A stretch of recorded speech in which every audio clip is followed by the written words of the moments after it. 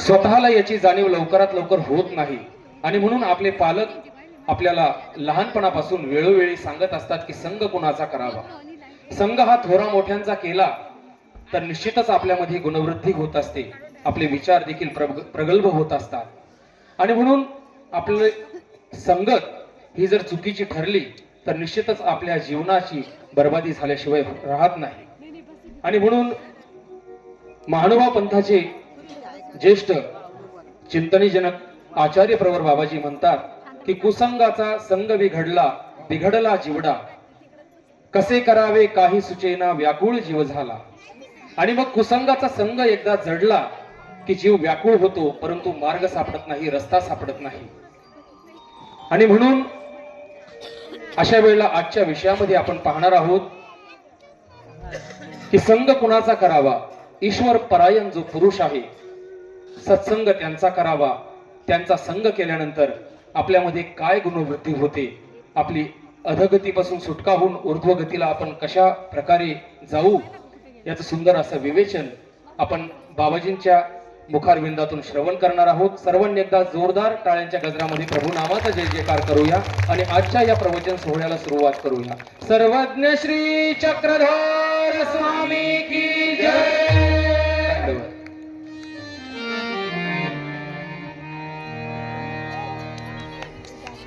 कृष्णा त्वदीय पद पंकज पंजरांते अद्देव मे विशतु मानस राजहंस प्राण प्रयाण समये कपवात वित्रै कंठावरोदन विदु स्मरणं कुतस्तु कंठावरोदन विदु स्मरणं कुतस्तु.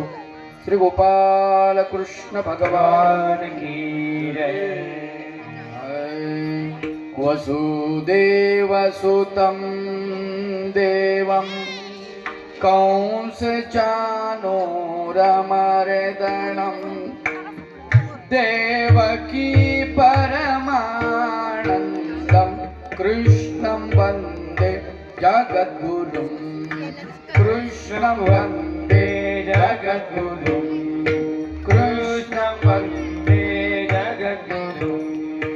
वसुदेवसुतं देवं कंसचाणूरमर्दनं देवकी परमानन्दं कृष्णं वन्दे जगद्गुरुं. कृष्णं वन्दे जगद्गुरुं. हतसि पुष्प संकाशं हारणुपुरशोभितं रत्नकङ्कणकेयूरं कृष्णं वन्दे जगद्गुरुं. कृष्णं वन्दे जगद्गुरुं. कृष्णं वन्दे जगद्गुरुं. कोटिलालकसंयुक्तं पूर्णचन्द्रनिभाननं विलसत्कुण्डलधरं देवं कृष्णं वन्दे जगद्गुरुं. कृष्णं वन्दे जगद्गुरुं. मन्दारगन्ध संयुक्तं चारुहासं चतुर्भुजं बहिरपिञ्छव चूडाङ्गं कृष्णं वन्दे जगद्गुरुं. कृष्णं वन्दे जगद्गुरुं. उत्फुल्लपद्म पात्राक्ष नीलजीमोत्सन्निभं यादवाणां शिरोरत्नं कृष्णं वन्दे जगद्गुरुं.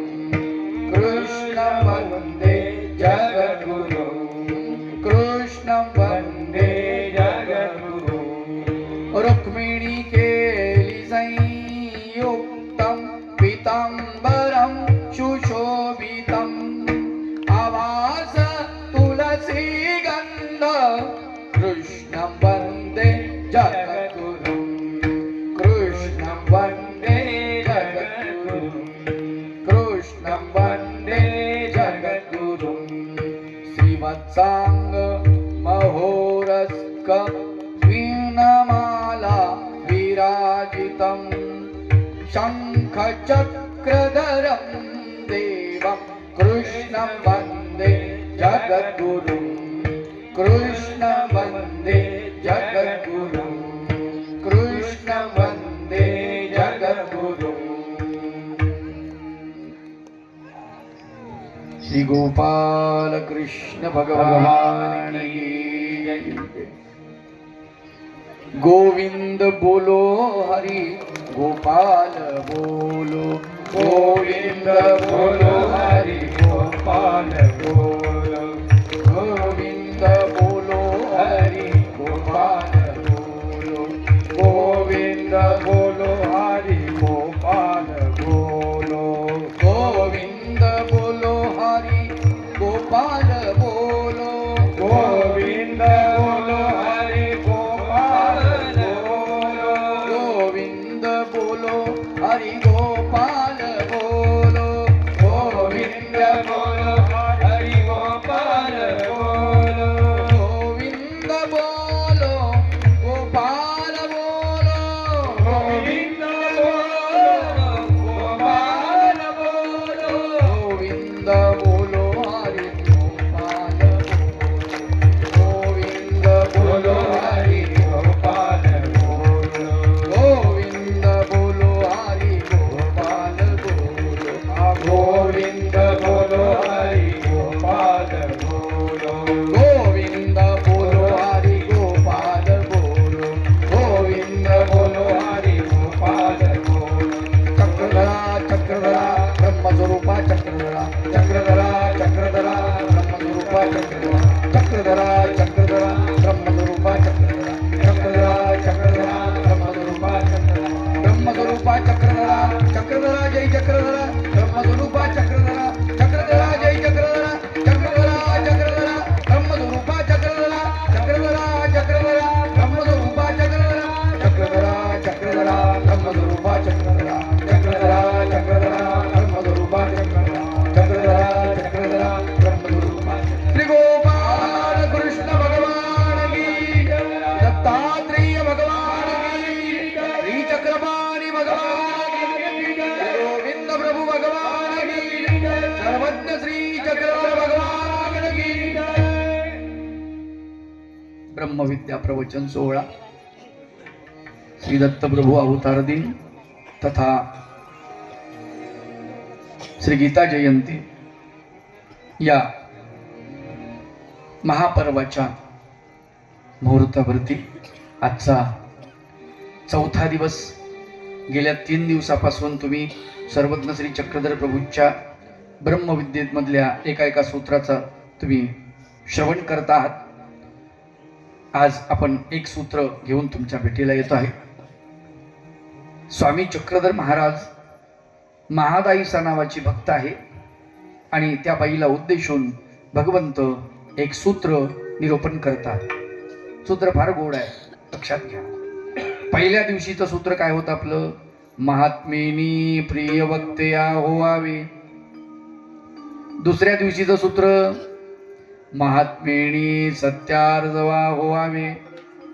कालचं सूत्र तिसऱ्या दिवशीचं काम क्रोध लोभ येतिन्ही नरकद्वारे। आणि आजचं सूत्र परमेश्वर परायणाचे निसंबंधे। सूत्र थोडं लंब आहे।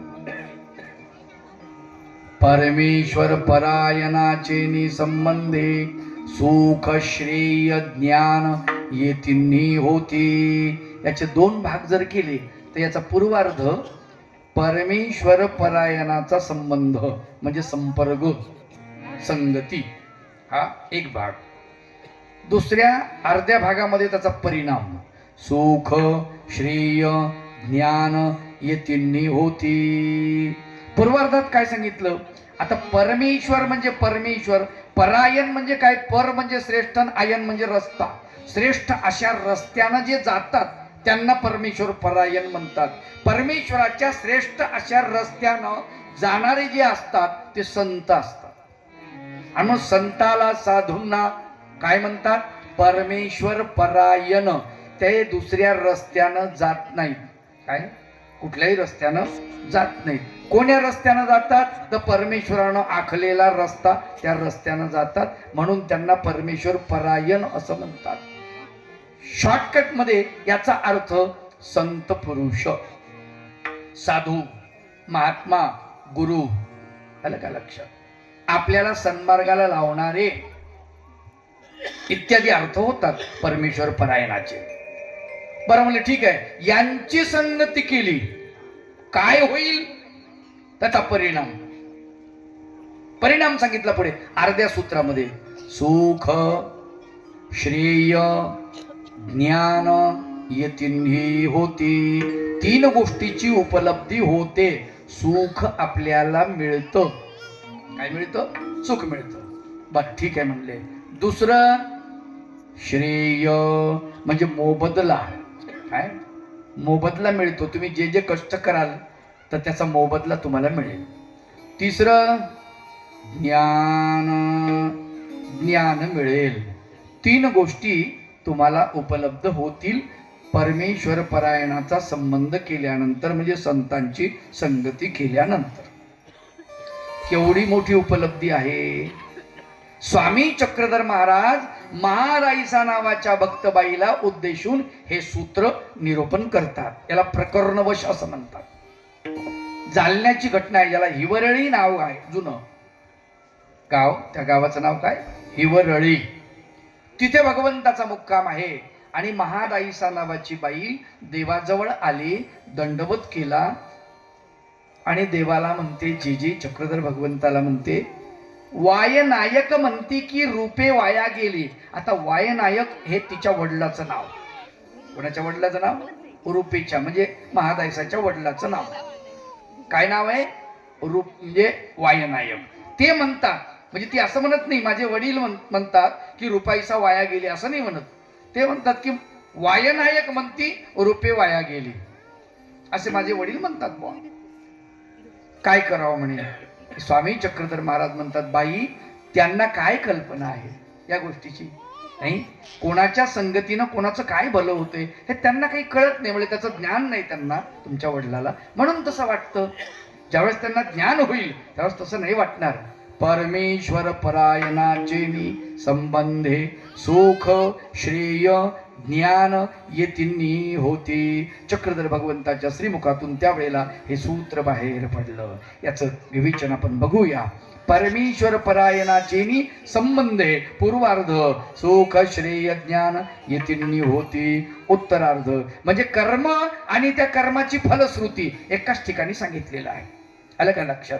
हे जे आध्यात्मिक संगतीचं कर्म जे आहे त्या संगतीच्या कर्माची फलश्रुती अर्ध्या भागामध्ये सांगितलेली आहे भगवंताने. फार सुंदर वर्णन आलेलं आहे त्याच्यामध्ये. म्हणजे याचा अर्थ आम्हाला कळला पाहिजे की संगती कुणाची करावी, नाही का? संगत करना बढ़ो की तो बढ़त बढ़त बढ़ जाए, और संगत करना गधो की सांगायची गरज आहे नाही. कारण ज्याच्याजवळ जे आसन ते देईन, आहे की नाही? म्हणून हे आम्हाला समजलं पाहिजे कुणाची संगती करावी. फार महत्वाची. निवडून संगती केली पाहिजे. आलं का लक्षात? निवडून. साधू की संगत पायी, संत तुकडोदास बाबा म्हणतात. हा, जेव्हा ज्ञान भया, साधूची संगत झाली की ज्ञान तुम्हाला प्राप्त होते. आणि आता मोठी गंमत आहे, साधू म्हणावं कोणाला हा एक प्रश्न आहे, किंवा संत म्हणावं कोणाला. आता संत शब्दाचा अर्थ अगोदर समजून घ्या. सगळ्या शब्दाला अर्थ असतात बरं का. माझ्या मतानं काही मी केले असतील, पण कदाचित मला असं वाटतं ते काही चुकीचे नाही आहे. संत म्हणजे ज्यांनी 6 गोष्टीचा अंत केला. काय? 6 गोष्टी: राग, द्वेष, काम, क्रोध, मद, मत्सर याचा अंत केला, त्याला म्हणावं संत. जमलं? साधू कोणाला म्हणायचं? ज्याने 6 धुवून काढले त्याला साधू. हा, धुवून काढले. साधू संधी साधू नाही बरं का. हा, ती एक मोठी गंमत आहे. पुन्हा आपण कोणालाही साधू म्हणतो, कोणालाही जाणता. जाणता शब्द आहे. जाणता, जाणता म्हणजे काय? अरे जाणता म्हणजे ज्ञानी. आपल्याकडे जाणता कोणाला म्हणतात? छू छा करणारा, थोडस फुफा करणारा, लय जाणताय बा त्या. अरे काय त्याला काही जाणता म्हणतात का?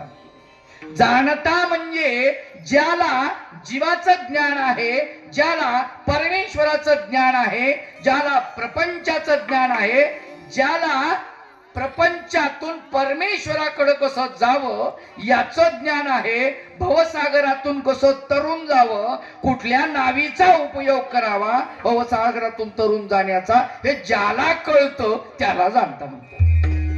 ह्याला काय लक्षात? साधू की संगती पायी, साधू की संगती पायी,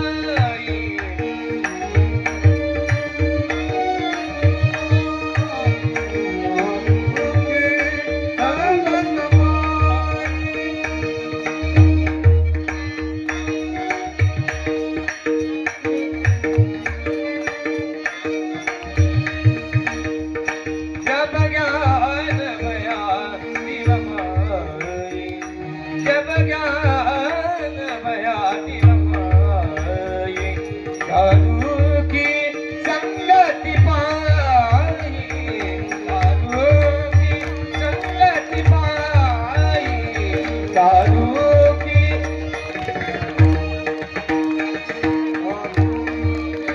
संगत पाई, साधू की संगत पाई, साधू की संगत पाई. पढ़े तो खूब बड़ी किताबें, पढ़े तो खूब बड़ी किताबें, पढ़े तो किताबें ज्ञान ध्यान के बोल लंबे, ज्ञान ध्यान के बोल लंबे, ज्ञान ध्यान के बोल लंबे, समाधान दिल में तब आया, समाधान दिल में तब आया, दो नदी चतुराई संगति पाई, साधु की संगति पाई, साधु की संगति पाई, जब ज्ञान भया तिलमाई, जब ज्ञान भया तिलमाई, साधु की संगति पाई, साधु की संगति पाई, साधु की संगति पाई, संगति पाई, संगति पाई.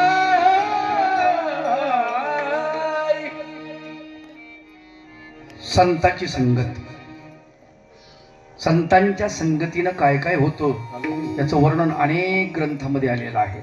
संत तुकाराम बाबाच्या अभंग याच्यावर तर भरपूर आहेत, भरपूर आहेत.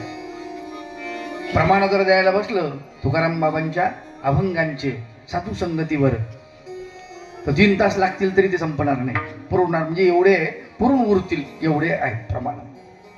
आलं का लक्षात? पण एक सांगतो तुम्हाला की संत कुणाला म्हणायचं नाही का? ते एक तिकडे विदर्भात असं म्हणतं, असली साधू निकल गये. काय? असली साधू निकल गये, रहे चपाती चोर. अवघड आहे. तशीच गोष्ट आहे ना, तशीच गोष्ट आहे. संत कहावं कठीण आहे, जैसे पेड़ खजूर. काय म्हटलं त्यांनी? हा. सूळ सोळाचा साधू जनांचा पोट भराया. हा.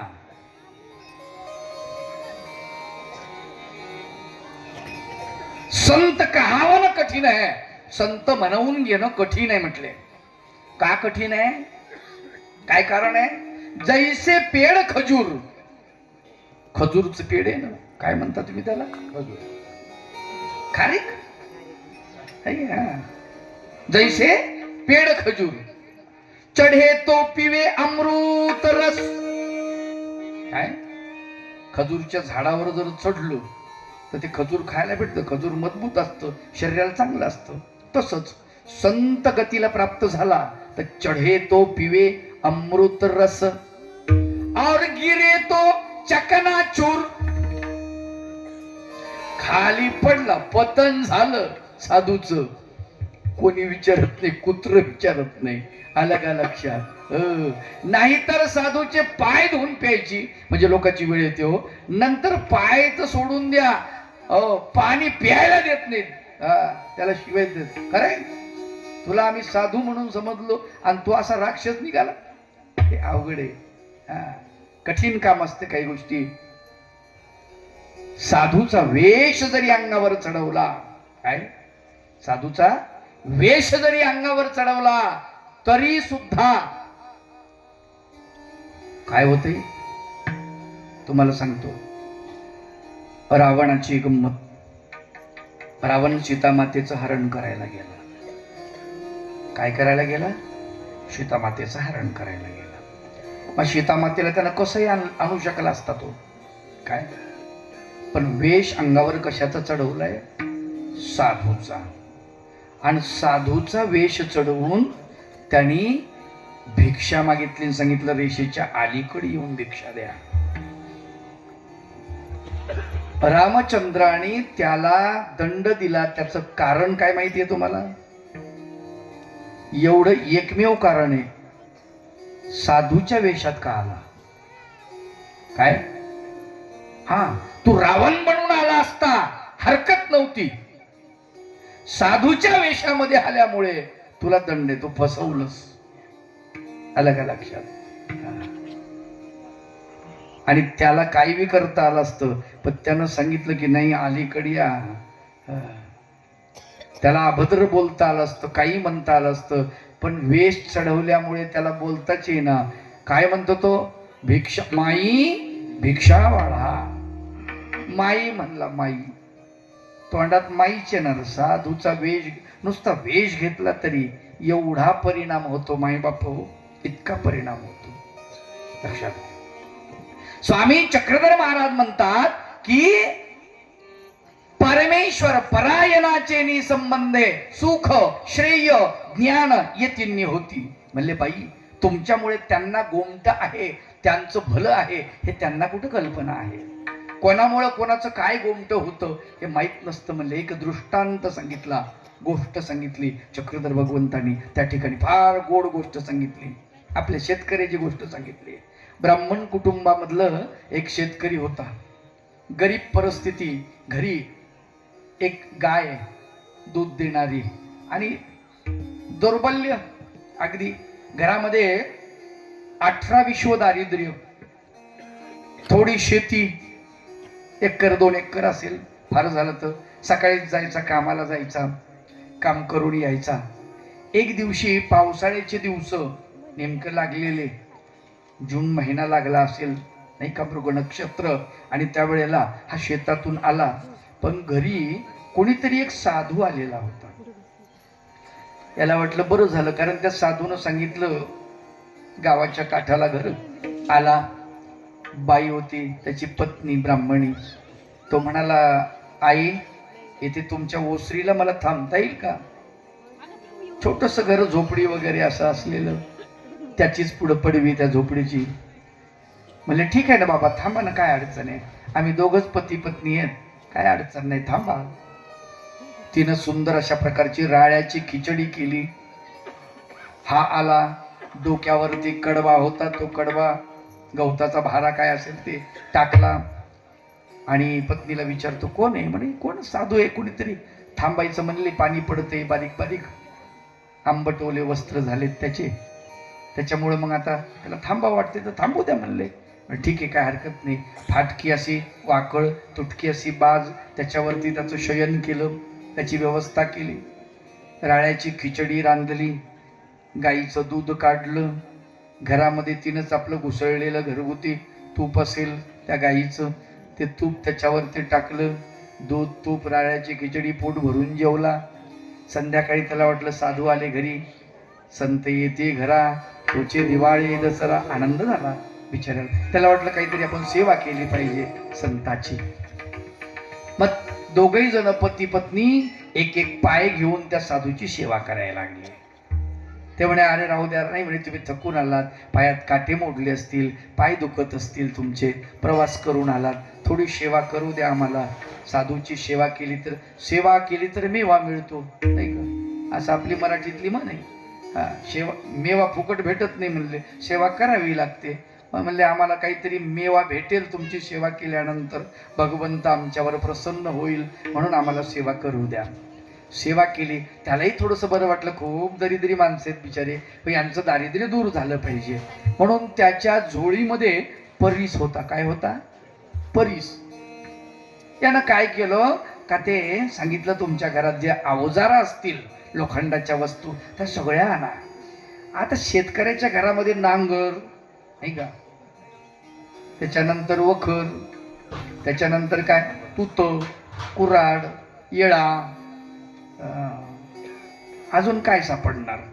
आणि तुमच्या भागातलं असलं तर कोयतं, ऊस तोडायला, है की.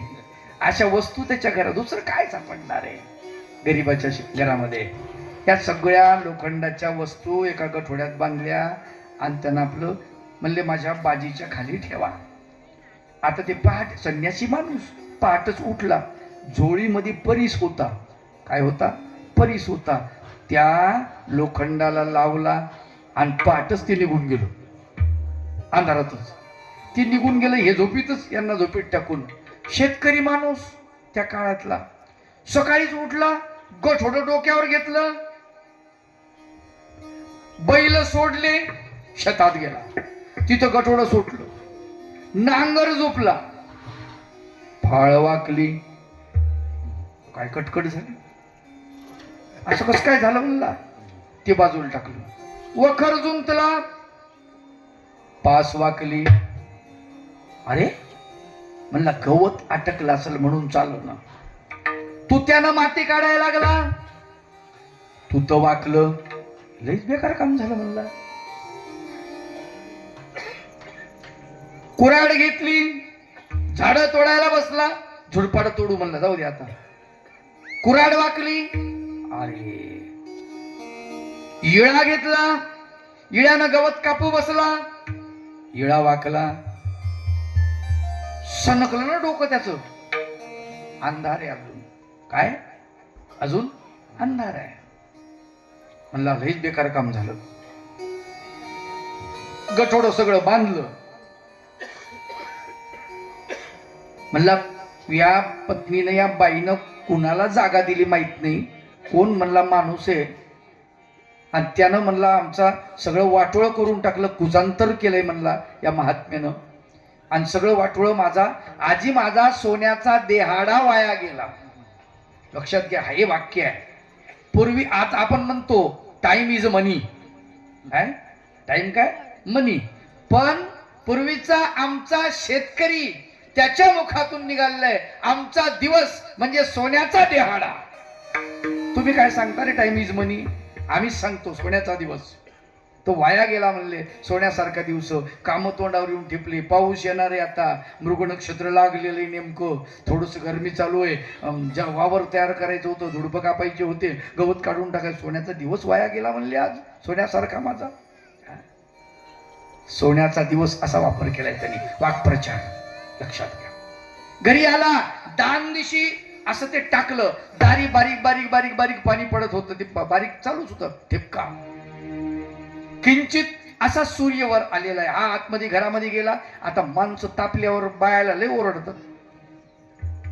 अरे म्हणलं तुला काही कळतं का नाही, कोणाला बिढार दिलं म्हणलं तू, त्या महात्म्यानं कुजांतर केलं म्हणलं, काय केलं काय माहिती, आज सोन्याचा दिवस माझा वाया गेला. ती आली बाहेर, काय झालं, अरे एकही काम झालं होईना म्हणला. ती बाहेर आली, बघितलं, तोपर्यंत सूर्य वर आलेला होता, त्याची किरण त्याच्यावर पडलेली होती, त्याला लागलेली माती आपटल्यामुळे खळकण गळून पडली होती आणि आतलं सोनं चमकत होत. बाईनं ते उचललं, आतमध्ये नेलं, हळूच त्याच्या जवळ जाऊन काय म्हणते, अहो महात्म्याने कुजांतर केले की आपल्या दारिद्र्याच्या मुळी घाव घातला.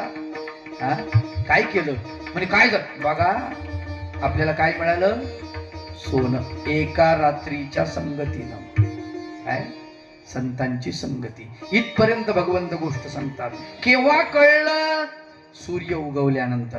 अंधार होता तोपर्यंत कळलं नाही. अंधार म्हणजे काय? अज्ञान. काय अंधार म्हणजे काय? अज्ञान. सूर्य उगवल्या कळलं म्हणजे का? तर सूर्य ज्ञानाचं प्रतीक आहे. आलं का लक्षात? सूर्य उगवल्यानंतर प्रकाश त्याच्यावर पडला तेव्हा कळलं. तसं आपण संतांच्या संगतीला आहोत. जोपर्यंत आपल्या अंतकरणातला सूर्योदय होत नाही तोपर्यंत आपल्याला कळत नाही की या संगतीचा काय फायदा होणार. तोपर्यंत कळत नाही. संताचा संग लिहवी अभंग, संताचा संग लिहवी अभंग, संतांचा संग लिहवी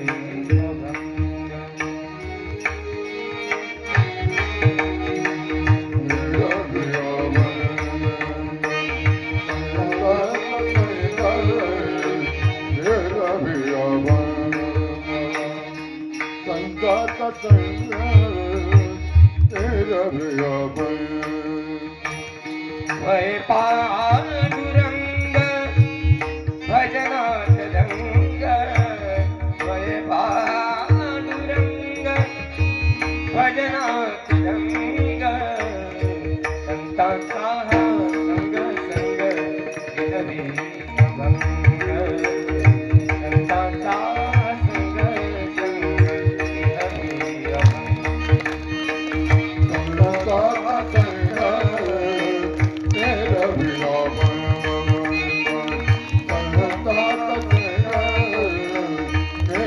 अभंग. किती गातमान ऐकती है कान, किती गातमान, किती गातमान.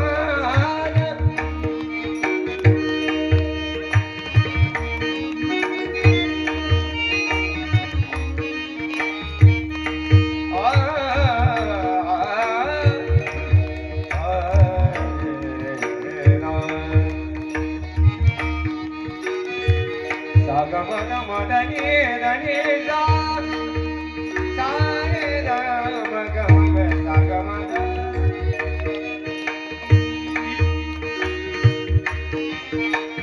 किती गातमान ऐकती कान, किती गातमान.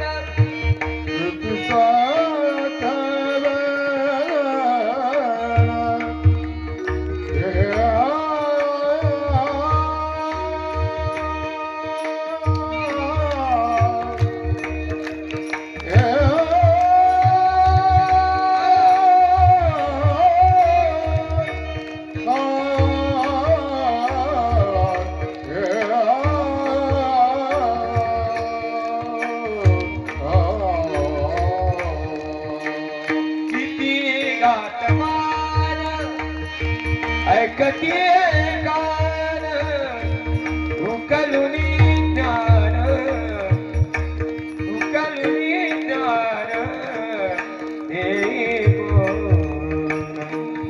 उकलुनी ज्ञान हे कोण. संतांचा संग लिहवी अभंग, संतांचा संग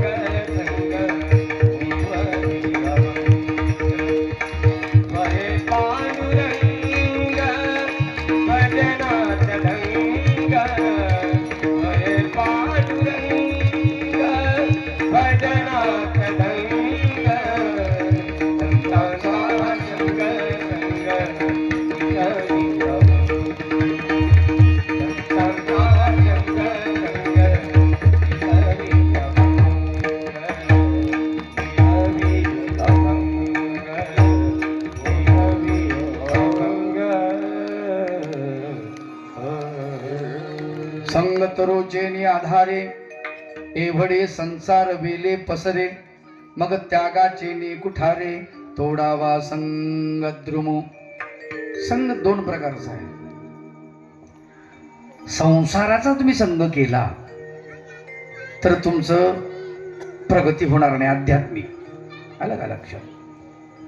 म्हणून संत असं वर्णन करतात की संग तरुचेनी आधारे. संग नावाचा तरू म्हणजे वृक्ष, त्याच्या आधारानं एवढी संसार वेली पसरे. संसाराची वेली सगळी पसरल्या जाते. मग याला काय करावं लागेल? मग त्यागाचे ने कुठारे, त्यागाची कुऱ्हाड वापरून तोडावा संग द्रुमो. तो प्रपंचातला वाईट संग तोडा. त्यागाच्या कुठार, ज्याच्यामुळं आपलं प्रापंचिक आध्यात्मिक वाटोळ होतं त्याची संग धरू नका. आलं का लक्षात? दोन्ही बाबतीत प्रापंचिक आणि आध्यात्मिक त्याची संगतच धरू नका. हा, कोणाची धरा? संताची. संतांनी वर्णन केलं, संत समागमे धरावी आवडी. संत समागमे धरावी आवडी. संत समागमे धरावी आवडी. संत समागमे धरावी आवडी. करावी दादारी परमार्थी. करावी दादारी दादारी दादारी. करावी दादारी परमार्थी. करावी दादारी परमार्थी. नाशिवंत रे जाणार नाशिवंत देह जाणार करावी दादारी परमार्थी. करावी दातारी. करावी दातारी.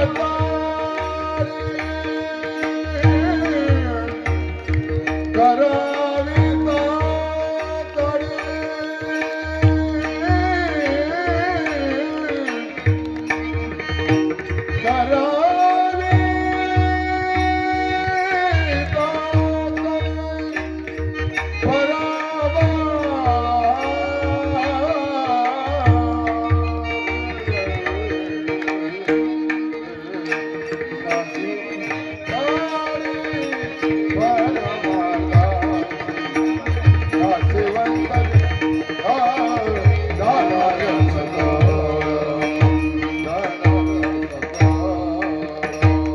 संत समागमे धरावी आवडी. करावी तातडी परमार्थाची तातडी केली पाहिजे. संत सांगतात संतांचीच संगती करावी, कुणाची संगत करू नये. सगळ्यात महत्वाची गोष्ट आहे. पण आपली गंमत अशी, आपण कोणाची संगत करू. मला एक सांगा, सोपी गोष्ट सांगतो तुम्हाला, त्याचं मला उत्तर द्या. तुम्ही दारूच्या दुकानात बसलात, संत पुरुष आहे काय, दारूच्या दुकानात बसलात, ग्लास मध्ये तुम्ही दूध घेतलेलं आहे काय, दूध घेतलेलं आहे आणि तुम्ही प्यायला लागले. लोक काय म्हणतील? दारूच म्हणणार. आलं का लक्षात? अवघड काम आहे. कोणाच्या संगतीनं कोणाचं चांगलं होतं आणि कोणाच्या संगतीनं कोणाचं वाईट होतं. पण आता तुम्हाला ठरवायचंय कोणाची संगत करायची. संत वर्णन करतात, ओढाळाच्या संगे होय शिक्षापन, विटंबना जाण काष्ट घंटा. फार सुंदर वर्णन केलंय मानव संतांनी. ते म्हणतात ओढाळाची संगत जर तुम्ही धरली तर होय शिक्षापन, तुम्हाला शिक्षापन होईल. काय शिक्षापन? विटंबना जाण काष्ट घंटा. गळ्यामध्ये लोढणं पडलं, गाय असते गाय, ओढाळ गाय, आणि ती शेतकऱ्याच्या, दुसऱ्या शेतकऱ्याच्या म्हणजे मालकाला सोडून दुसऱ्या शेतीमध्ये जाते आणि आपलं अबरगबर खाऊन आपलं पोट भरते येते. आता ती फार हुशार असते, चॅप्टर असते फार. मालक, तो शेत मालक येण्याच्या आतमध्ये कुंपावून उडी टाकून पळून जाते. एकदा सज्जन गाय म्हणजे थोडी शांत गाय आणि ओढाळा गाय, दोघीची भेट झाली. कस काय बाई, बरं आहे का, तब्येत चांगली आहे का, चांगलं चाललंय का, लेकरं बाळ सुखात आहे का. ते म्हणे कशाचं काय, उन्हाळ्याचे दिवस, पाऊस पडला नाही, काही नाही. मागच्या वर्षी लयच पाऊस पडला होता, यावर्षी पाऊस नाही, सगळं पाणी आटलं बाई. आणि आमच्याकडं ना हिरवं गवतच नाही, अजिबात हिरवं गवत नाही. त्याच्यामुळेच तुझी तब्येत खराब झाली म्हणे. चल माया संग. काय माया संग चल. ती म्हणली बाई तुझ्या संग चलून माझा मालक शिवाय देईन मला. अगं मालकाचं काय, त्याला काय म्हणे, जोपर्यंत दूध आहे तोपर्यंत काढतो, नंतर देता हाकडून म्हणे. त्याला काय एवढं काय घाबरायचं मालकाला. ती म्हणे ठीक आहे, काय हरकत नाही, बघा बरं का.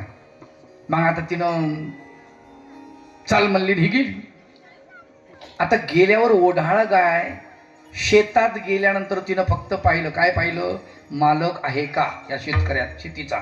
शेतकरी मालक दिसला नाही. तिनं जे ओढे मारले की आतमध्ये कुपावून खायला सुरुवात केली. खाऊन खाऊन जेवढं खायचं तेवढं खाल्लं. इकडं तिकडं बघत बघत कावर बावर पात पात खाऊन टाकलं तिनं.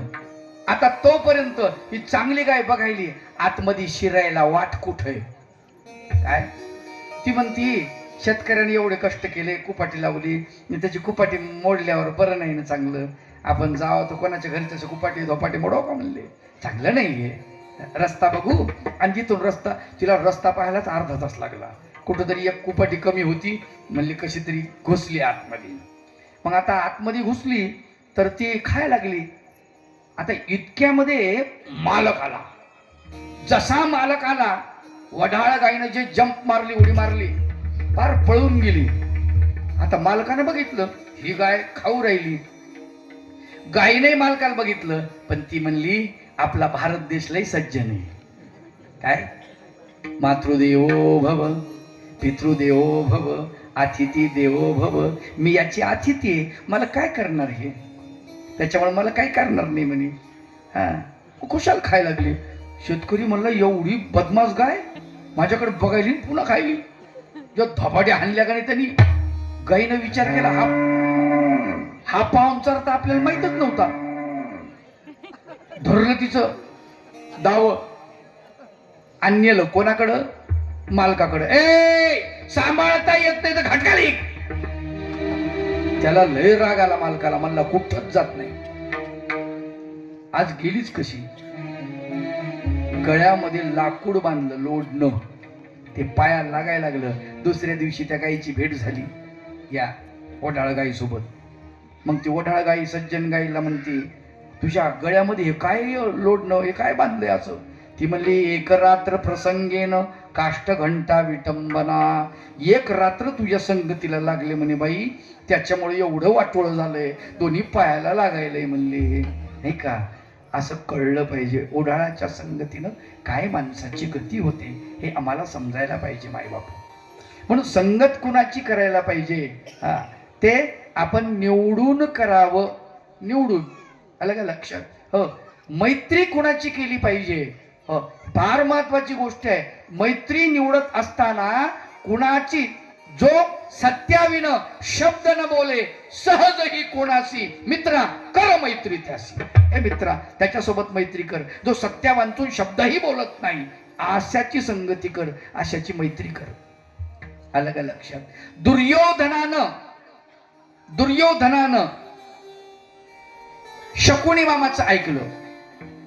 संपूर्ण नखत शिकांत दुष्टपणा त्याच्यामध्ये भरलेला आहे. पुरा दुर्योधन हा शकुनी प्रति शकुनी झालेला आहे. आलं का लक्षात.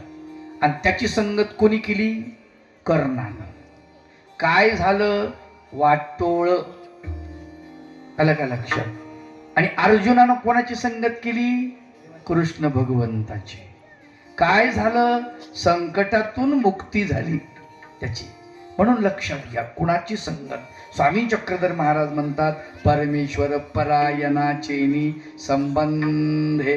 परमेश्वर परायण जो आहे त्याच्या संगतीनं सुख श्रेय ज्ञान ये तिन्ही होती. तिन्ही गोष्टी होतात. आलं का लक्षात? सुख होतं. मग तुम्ही म्हणसाल सुख प्रपंचात आम्हाला जे मिळतं ते सुख का? नाही, या सुखाचा विचार संत करत नाहीत, भगवंत करत नाहीत. याला सुख म्हणत नाही. हे सुख नाही आहे. प्रपंचामध्ये जे सुख आहे ना त्याचं वर्णन करताना चक्रधर भगवंतांनी दुसऱ्या एका सूत्रामध्ये फार सुंदर केलेलं आहे. दुःख मिश्रित सुख ते सुख बोली. ज्याच्यामध्ये दुःखाचं मिश्रण आहे त्याला सुख म्हणावं म्हणते. मग चांगलं सुख कोणतं? निरातिशय सुख तो आनंद बोली. जे निरातिशय सुख, सुखच सुख, ज्याच्यामध्ये दुःखाचा लवलेशही नाही असं सुख, त्याला आनंद म्हणावं. नाही का? संतांनी फार सुंदर वर्णन केलं. हाय आनंदाचे डोही आनंद तरंग.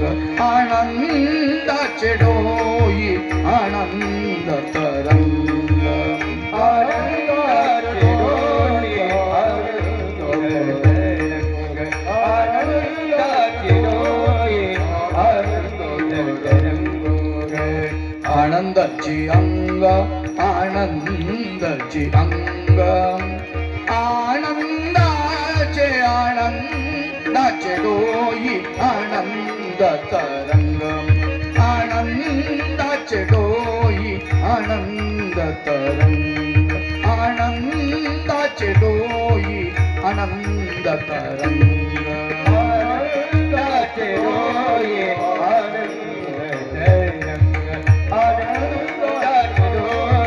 आनंद तरंग.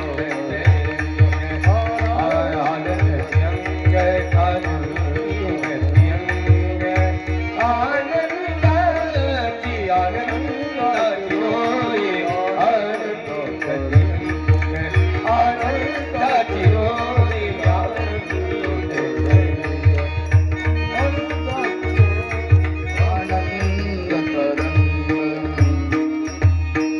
आनंदाचे डोही आनंद तरंग.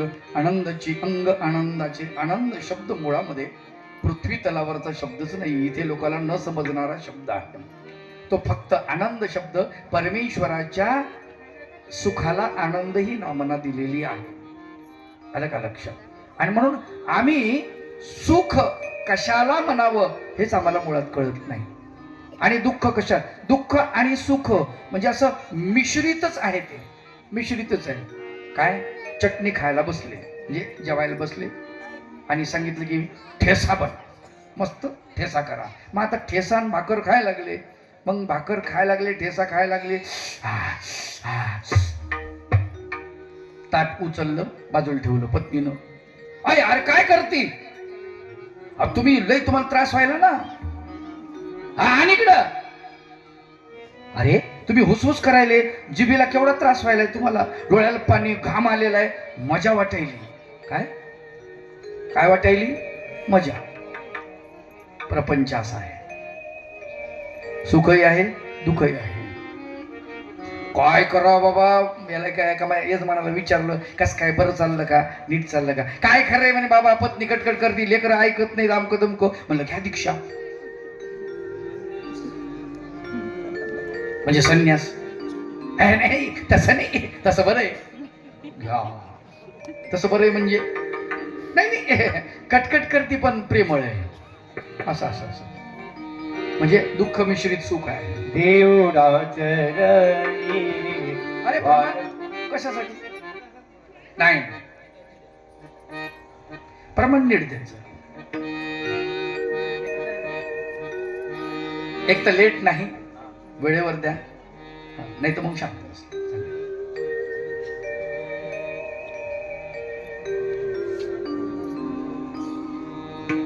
गोपाल कृष्ण भगवान की जय.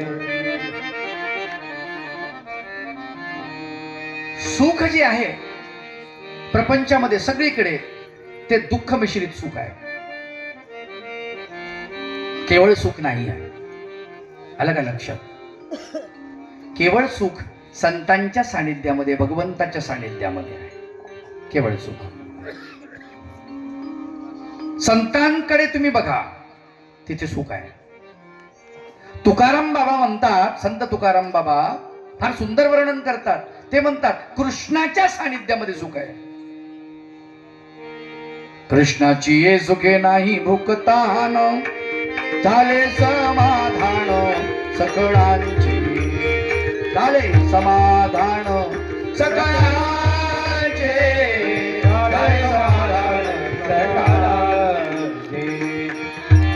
कृष्णाचे सुखे नाही भुकतान, झाले समाधान सकळांचे. सुख, आपली सुखाची कल्पना व्याख्या फार वेगळी आहे, फार वेगळी आहे. आपल्याला जे दुःख मिश्रित असतं तेच बरं वाटतं.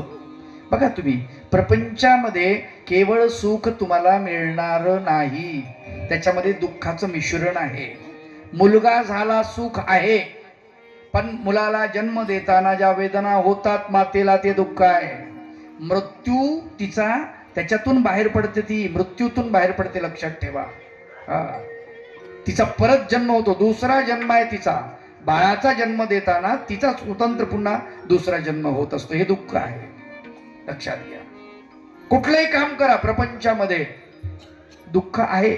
सुखामध्ये दुःख आहे, दुःखामध्ये सुख आहे. सुखामध्ये दुःख आहे, दुःखामध्ये सुख आहे. सुखाचा विचार नाही कोठे, दुःखाचा विचार नाही कोठे, सुखाचा विचार नाही कोठे, सुखाचा विचार.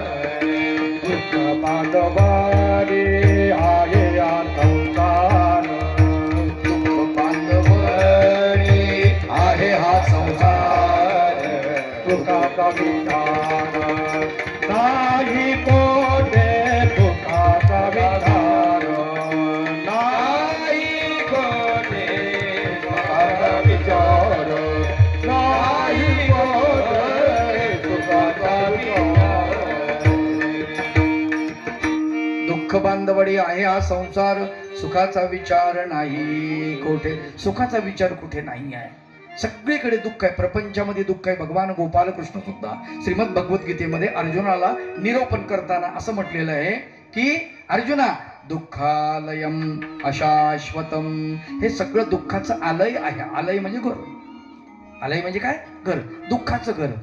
आणि या दुःखामध्येच तुम्ही आहात. फार सुंदर उपमा आहे. आलय, आलय म्हणजे घर, दुःखाचं घर, नाही का? सुखाचं घर नाही, सुखालय नाही म्हटलं.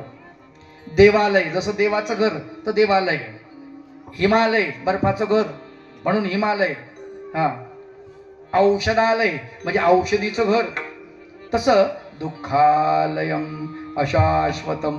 सुंदर उपमा दिली भगवान गोपाल कृष्णाने. हे दुःखाचं आलय आहे म्हटले.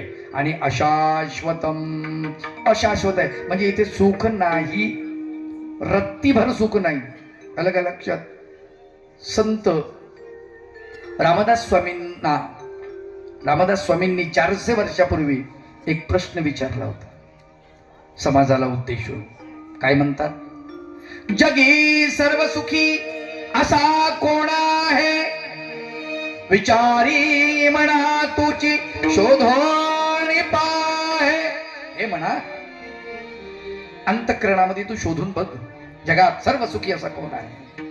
हे फक्त संत सांगतात. सर्व सुखले आलो का? त्यांना आहे, ते सर्व सुखी आहेत. ते एवढे म्हणतात, या सुखा कारणे देव वेडावला.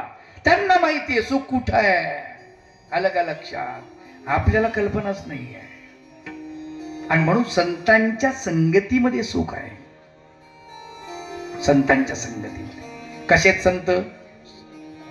संत वर्णन करतात महानुभाव. म्हणा म्हणे संत परिसा समान, म्हणा म्हणे संत परिसा समान, म्हणा म्हणे संत परिसा समान, म्हणा म्हणे संत परिसा समान. जागरण त्याची जीवा जागरण त्याची मना म्हणे संत परिसा समान मना म्हणे संत परिसा समान मनावने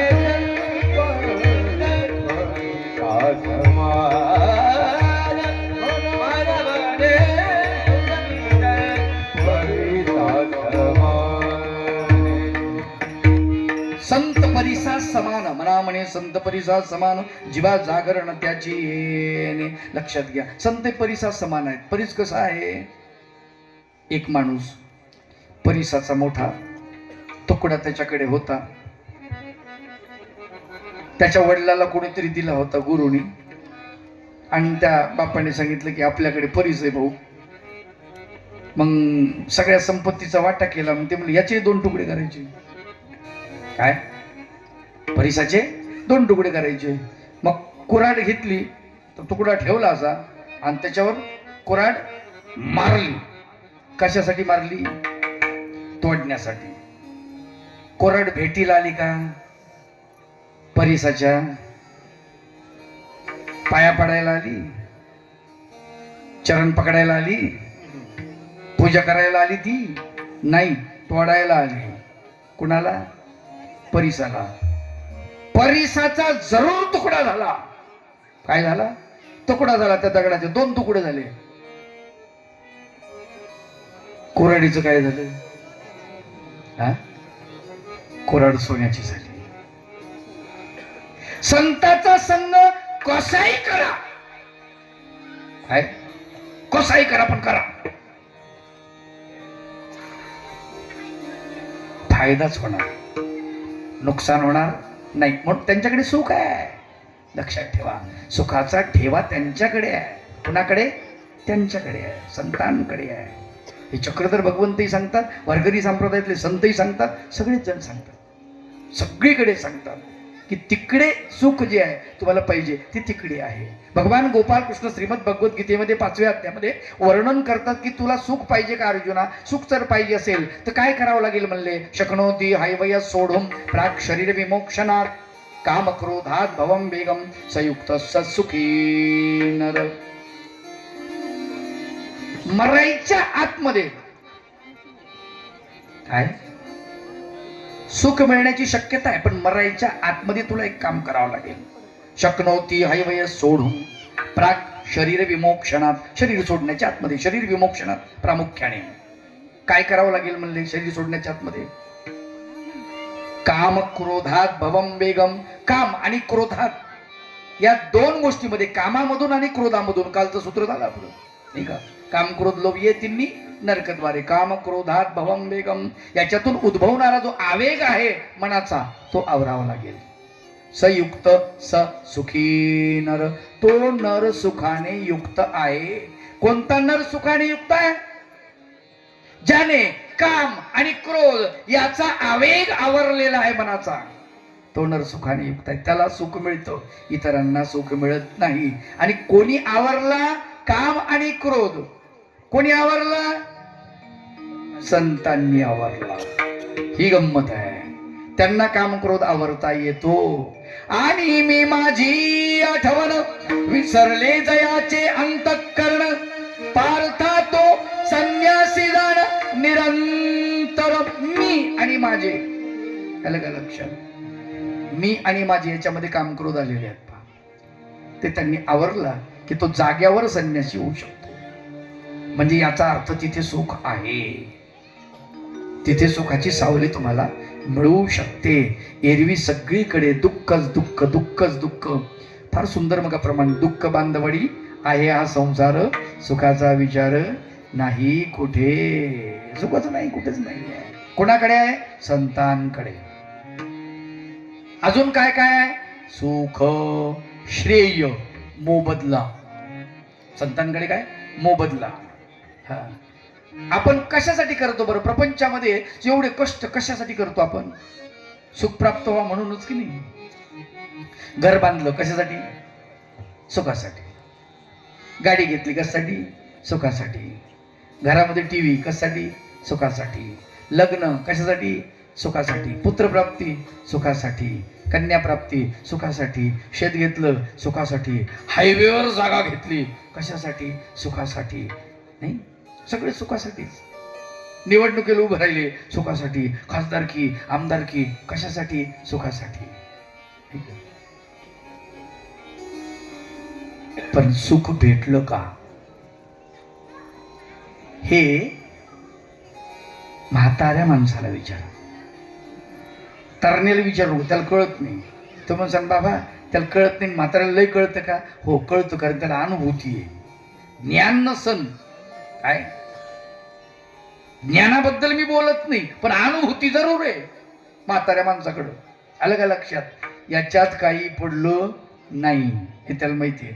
आमचे गुरुवर्य बाबळगावकर बाबा फार सुंदर गोष्ट सांगतात. त्यांच्या गावामध्ये जिथे त्यांचा आश्रम आहे त्या ठिकाणी एक म्हातारं, ते दररोज काय म्हणायचं, काही बी म्हणायचं, आणि मग त्याच्यानंतर काय शेवटी एक वाक्य असायचं, या दुनियेत काही खरं नाही रे भाऊ. अहो सगळा सार आला ना याच्यामध्ये. ह्या दुनियेत काही खरं नाही म्हणलं या वाक्यामध्ये सगळा सार आला. बरोबर आहे की नाही? खरं आहे का दुनियेमध्ये? वाटतं आपल्याला ते खरं, पण खरं नाहीये, नाही का? जगामध्ये काही गोष्टी खऱ्या आहेत. लक्षात ठेवा वाक्यावर का. जगामध्ये काही गोष्टी खऱ्या आहेत, काही गोष्टी बऱ्या आहेत. काय? काही गोष्टी खऱ्या आहेत, काही गोष्टी बऱ्या आहेत. ज्या बऱ्या आहेत त्या खऱ्या नाहीत, ज्या खऱ्या आहेत त्या बऱ्या नाहीत.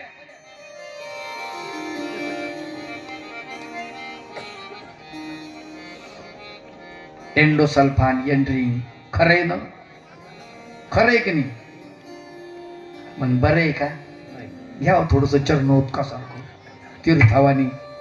नाही, बरं नाही. काही गोष्टी खऱ्या आहेत, बऱ्या नाही. मग काही गोष्टी बऱ्या आहेत. प्रपंच बरं आहे, खरं आहे का? खरं नाही. आलं का लक्षात? हा, संपणारा, नाश पावणारा. आलं का लक्षात? बरा नाही. मग खरं बरं जगामध्ये काय? खरं बी पाहिजे आणि बरंही पाहिजे, दोन्ही पाहिजे. मग असं खरं बरं काय जगामध्ये? एकच आहे, भगवंताचं नाम. खरंही आहे आणि ते बरंही आहे घ्यायला. भगवंताचं नाम घ्यायला बरं आहे की नाही? नाम घेता तुझे गोविंद, नाम घेता तुझे गोविंद, गोविंद नाम घेता तुझे गोविंद. मणिवाहे बरुनी आनंद, मणिवाहे बरुनी आनंद, नाम घेता तुझे गोविंद, नाम घेता तुझे गोविंद.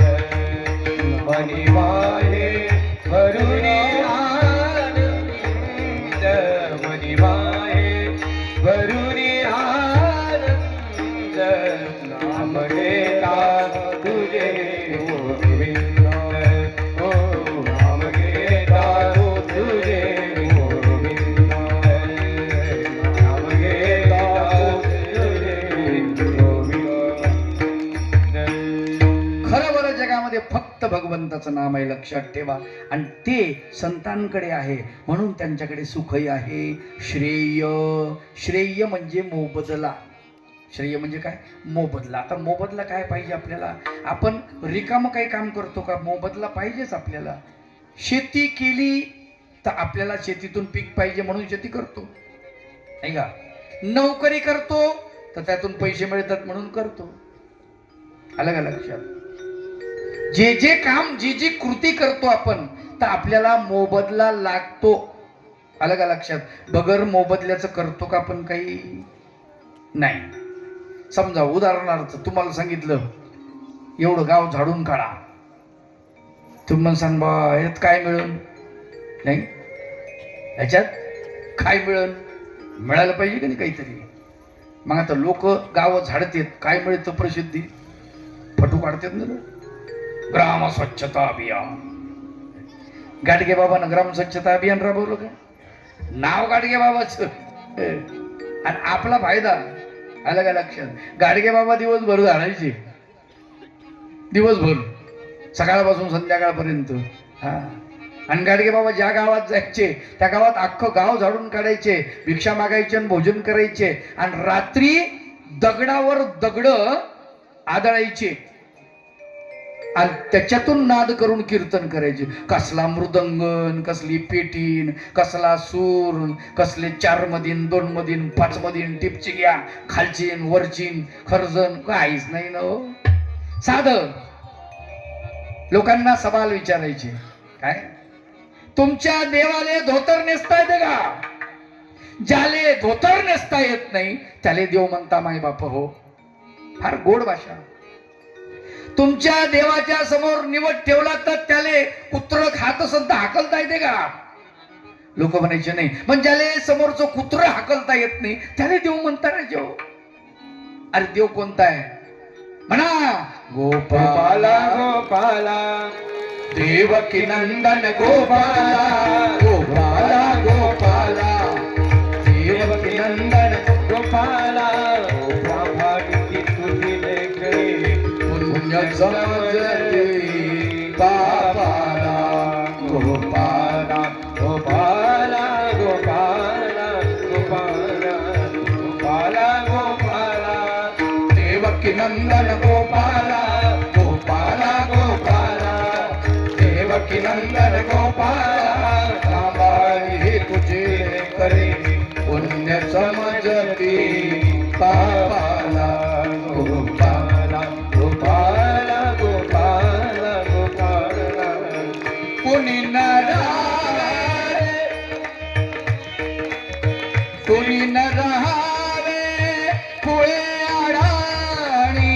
शिक्षण घ्यावे भावे ज्ञानी, शिक्षण घ्यावे भावे ज्ञानी. मी जातीचा धोबी देवा, तुझ कपडा मळलेला. गोपाला गोपाला गोपाला गोपाला गोपाला गोपाला देवकी नंदन गोपाला, गोपाला गोपाला देवकी नंदन गोपाला. सांभाळ हे तुझे लेकरे पुण्य जमते पापाला. गोपाला गोपाला गोपाला गोपाला. अगदी साधी सोपी भाषा आणि साध्या सोप्या भाषेमध्ये अरे म्हणले कुणी अडाणी राहू नये, कुणी न राहावे खुळे अडाणी. शिक्षण घ्यावे व्हावे ज्ञानी. मी जातीचा धोबी देवा, धुईन कपडा मळलेला. काय नातं होतो यांचं? विचारलं कोणीतरी, बाबा हे गावं झाडता किती झाडणार? ते म्हणले माझं घर लय मोठं आहे राजा, खूप मोठं आहे. त्याच्यामुळं या जन्मात झाडणं होते का नाही सांगता नाही येत. काय याच्यासाठी मला दुसरा जन्म घ्यावा लागते का काय सांगता येत नाही म्हणले. पंढरपूरला दरवर्षी जायचे गाडगे बाबा. विठ्ठलाच्या कधीच पाया पडले नाही, कधीच नाही. एक दिवशी काय वाटलं काय माहिती, विठ्ठलाच्या मंदिरासमोर जाऊन उभे राहिले. विठ्ठलाला म्हणतात, बा विठ्ठला कमरेवर हात देऊन उभा राहिला. त्या भक्तानं पायनं जग कसं कंद करून टाकलं.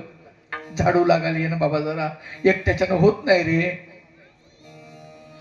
ही हिंमत त्याच माणसामध्ये असू शकते, तो संत आहे. लक्षात घ्या, कुणामध्ये हिंमत नाही येत. ही दरवर्षी जायचे कशासाठी? झाडायसाठी. आम्ही जातो तीर्थक्षेत्र खराब करून टाकतो. मानवा संप्रदायातली मंडळी जाळीच्या देवाला जातात, तिथे घाण करतात, कचरा टाकतात. पंढरपूरला जाणारी मंडळी, अरे काय चाललंय आपण का? आता कुंभमेळा आलेला, या कुंभमेळ्यामध्ये प्रशासनाला केवढी हे घ्यावं लागते, काळजी घ्यावं लागते. तिथे आपण जाऊन घाण करतो, आपल्याला कळतच नाही. सुशिक्षित माणसं गाडीत जर बसले ना, तुम्हाला सांगतो. बिस्किट खातात, चिप्स खातात, कागद बाहेर फेकून देतात. आपल्या बापाचं रोड आहे का तो? हा, आपल्या घरात फेकतो का आपण असं? चुकीचं आहे नाही. कचरा कुंडी असेल तिथे टाका, जिथे कचऱ्याचा ढिगार आहे तिथे टाका.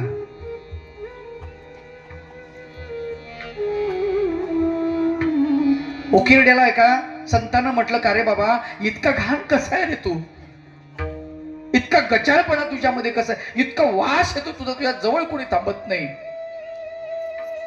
उकिरड्यानं काय म्हणावं माहिती? उकिरडा म्हणाला, माणसा अरे माझी निर्मिती तुझ्यात पासून झालेली, मी तुझा पुत्र आहे. कोण आहे? पुत्र. तू माझा बाप आहेस, लाज तुला वाटायला पाहिजे, मला नाही. तीर्थक्षेत्र घाण करून टाकतो आपण. तिथेच मल विसर्जन, मूत्र विसर्जन नाही.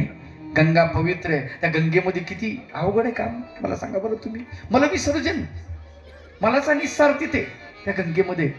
हा, ते कुठलं तरी गाणं होतं, मला खूप आवडत होतं. राम तेरी गंगा मैली हो गई, पापियों के पाप धोते धोते, राम तेरी गंगा मैली हो गई, पापियों के पाप धोते धोते. गंगा हमारी कहे बात ये रोते रोते हो, गंगा हमारी कहे बात ये रोते रोते, राम तेरी गंगा मैली हो गई, पापियों के पाप धोते धोते, ओ राम तेरी गंगा मैली हो गई, पापियों के पाप धोते धोते. आत्मा खरंच खरं आहे, त्यातलं कडवं एक सुंदर आहे. आत्मा है एक सच्चा हीरा, काया आहे एक थैली, हिरे को मत झूठा कहना, थैली देख के मैली. हिऱ्याला खोटं नका म्हणू. हिरा खरा आहे, आत्मा खरा आहे, पण शरीराच्या माध्यमातून त्याचं वाटोळं व्हायला लागलं. माय बाप, मन बुद्धी चित्त अहंकार सगळं सगळं तुमच्या शरीरात, तुमच्या मनाला काही सांगा ना, समजून काही सांगा ना. रामदास स्वामी मनाला समजून सांगतात, बा म्हणा सज्जना भक्तिपंथेची जावे, तरी श्रीहरी पाविजे तो सोन. ज्याला हे सांगता आलं ना, ते मोबदला न घेता काम करतात. आणि ज्यांनी मोबदला नाकारला, काय ज्यांनी मोबदला नाकारला त्याला फळ जरूर मिळतो, फळ जरूर मिळतं. भगवंत हेच सांगतात श्रीमद भगवद्गीतेमध्ये. काय म्हणतात भगवंत? कर्मण्येवाधिकार असते, कर्म कर जरूर, कर्माचा तुझा अधिकार आहे. मा फलेषु कदाचन, फळाची इच्छा करू नको, फळाची इच्छा अजिबात करू नको, अजिबात करू नको, ते तुझ्या कामाचं नाही आहे. आणि म्हणून आम्हाला हे कर्म करताना याची अपेक्षा तुकडोजी बाबा करत नाहीत, याची अपेक्षा तुकाराम बाबा करत नाहीत, याची अपेक्षा ज्ञानेश्वर माऊली करत नाही, याची अपेक्षा गाडगे बाबा करत नाहीत, याची अपेक्षा भगवंत करत नाही. चक्रधर भगवंत अख्ख्या महाराष्ट्रामध्ये भगवंताचं पायी परिभ्रमण आहे, पायी परिभ्रमण आहे. कशाची गाडी कसे, आम्ही मस्त गाड्यांमध्ये फिरतो, मजेशीर जोरात. जगी जीवनाचे सार या वेदानुनी सत्वर,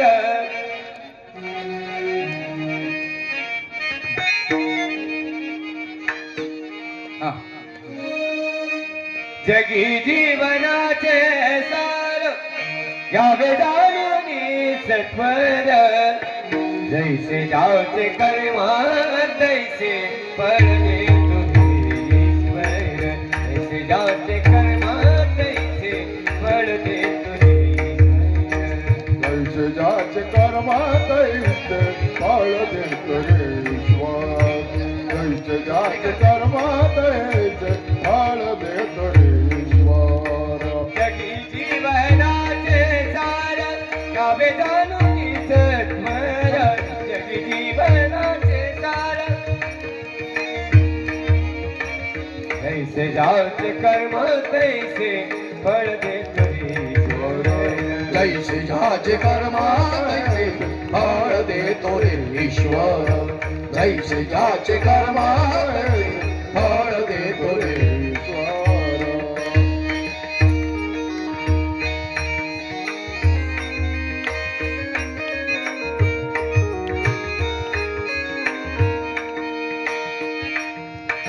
ज्ञानी असो की अज्ञान गती आहे कदान. ज्ञानी असो गती आहे कदान.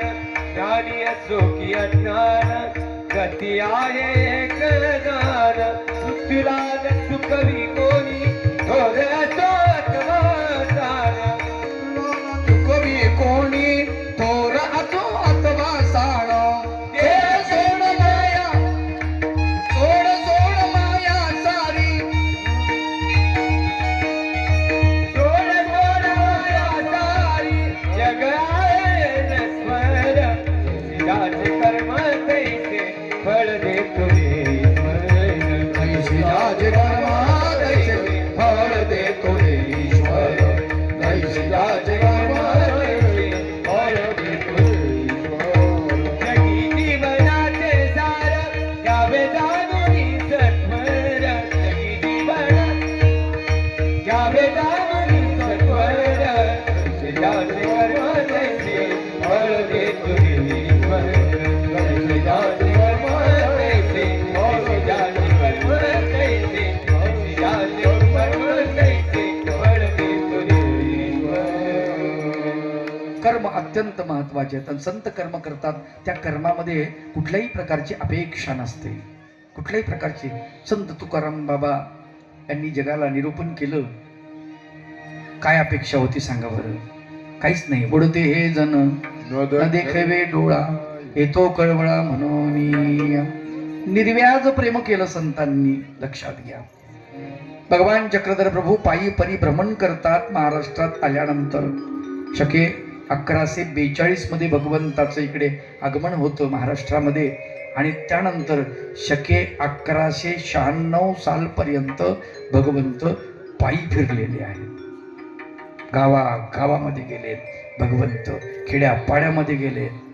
ऐका का? कळवळा. काय दिलं बरं? राज्य गादी सोडून दिली ना. कोण होते? राजकुमार होते. बडोदच्या हरिपाळ देव हा विशाळ देव प्रधानाचा पुत्र आहे. तिथे विशाळ देवाकडे तिथलं राज्य होतं. म्हणजे पुढे राजगादी राजाचा वारस हा हरिपाळ चक्रधर भगवंत. पण ते सोडून दिलेलं आहे. का? याच्या बदल्यात काही मिळावं असं आहे? नाही. मोबदला घेत नाही. संत मोबदला नाकारतात. आणि म्हणूनच भगवंत सांगतात की मोबदला नाकारला की मिळतो. आलं का लक्षात? केव्हा? तुम्ही अगदी निर्मळ काम करा. हेतू विरहित कार्य करा. आलं का लक्षात? तुम्हाला मोबदला मिळतो. गाडगे बाबांच्या नावानं आज करोडो रुपयाची संपत्ती उभी झालेली आहे. बरोबर आहे? करोडो रुपयाची. त्यांच्या हयातीतच त्यांनी असे काही कामं केले. तुम्हाला सांगतो. मुंबईला जर गेलात, गाडगे बाबा नावाची धर्मशाळा आहे.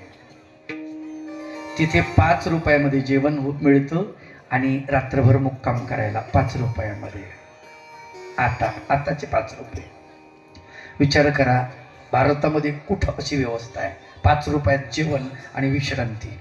मुंबई सारख्या ठिकाणी गाडगे बाबांना त्या काळामध्ये ती धर्मशाळा बांधली आणि अल्प दरामध्ये लोकांना हे उपलब्ध झालं पाहिजे. लोक येतात महाराष्ट्रातून, खेड्यापाड्यातून गरीब लोक येतात दुरुस्त करण्यासाठी. शरीर त्याला व्याधी झालेली असते, बिमारी दुरुस्त करण्यासाठी. इथे खाया प्यायला मिळत नाही. कुठे थांबतील, कुठे झोपतील, काय करतील? केवढा कळवळा आहे. ते श्रेय आज मिळालं त्यांना त्यांच्या नावाच्या रूपानं. आज लक्षात घ्या. आपण काय करतो? आपण काय करतो? मागे एकदा मागच्या कुंभमेळ्यात, आता एक कुंभमेळा येणार आहे, या कुंभमेळ्याला 24 वर्ष पूर्ण होतात.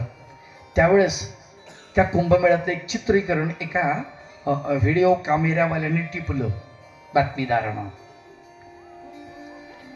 तो असा कॅमेरा घेऊन उभा आणि एक संन्यासी पाण्यामध्ये अंजोळ घेतली आणि सूर्याला अर्ध्य देतो आहे, पाणी देतो आहे. त्याची भक्ती आहे, तो करतो आहे त्याच्या पद्धतीनं. त्याने जशी ओंजळ घेतली आणि कॅमेरा त्याच्यावर फिरवला तर त्याच्या हातामध्ये, त्याचे डोळे झाकलेले आणि त्याच्या हातामध्ये विष्ठा दिसली. काय दिसली? मानवाचं मल त्याच्या हातामध्ये. ते चित्रीकरण झालं. अख्ख्या जगानं ते अभद्र रूप पाहिलं भारताचं, अख्ख्या जगानं. अलग अलग काय म्हणत असतील लोक? भारताचे लोक छान आहेत नाही का?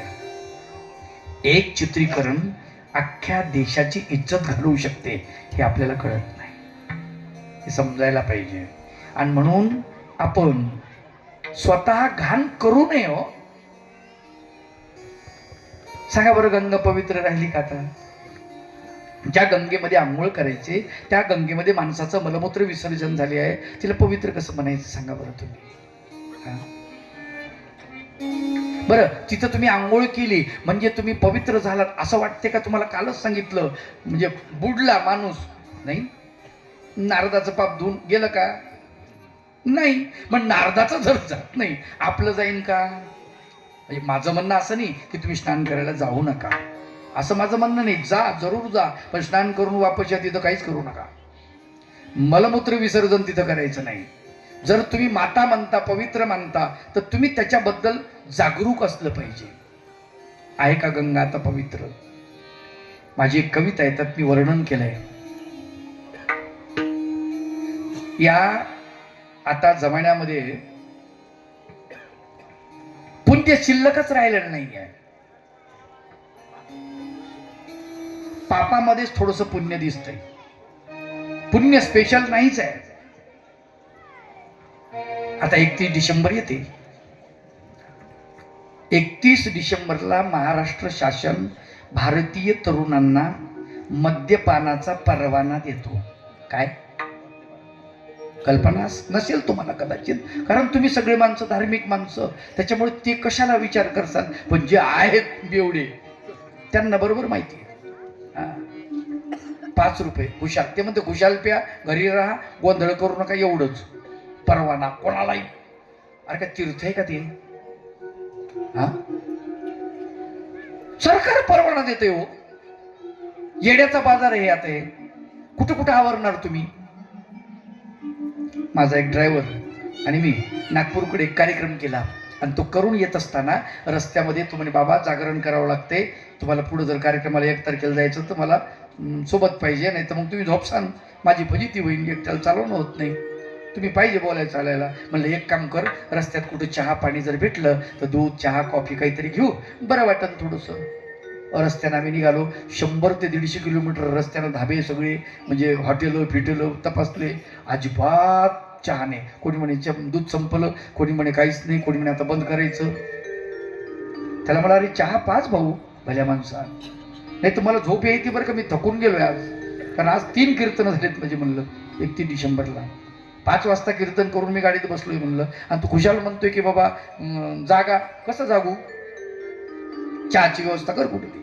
ठेवून बाबा इकडे चहा भेटत नाही म्हणे. बरं ठीक आहे, एक गोष्ट भेटती म्हणे, जरा आहे थोडासा गमतीदार बरोबर, एक गोष्ट भेटती. म्हणलं कोणती भेटती? ते तुम्हालाही जमत नाही मलाही जमत नाही. म्हणलं मग जे जमत नाही ते कशाला सांगायला लागलं तू? तरी सहज कुतूहल म्हणून त्याला विचारलं, नेमकी कोणती भेटती? ते म्हणे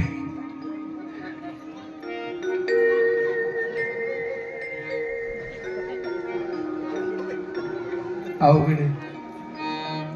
क्या किया क्या किया क्या क्या किया क्या किया क्या किया रे तूने जीवन गमा दिया तूने जीवन गमा दिया क्या किया रे जिसे पाना था उसको तो खो दिया रे जिसे पाना था उसको तो खो दिया क्या किया क्या किया रे क्या किया क्या किया क्या किया रे तूने जीवन गवा दिया तूने जीवन गवा दिया क्या किया रे जिसे पाना था उसको तो खो दिया रे जिसे पाना था उसको तो खो दिया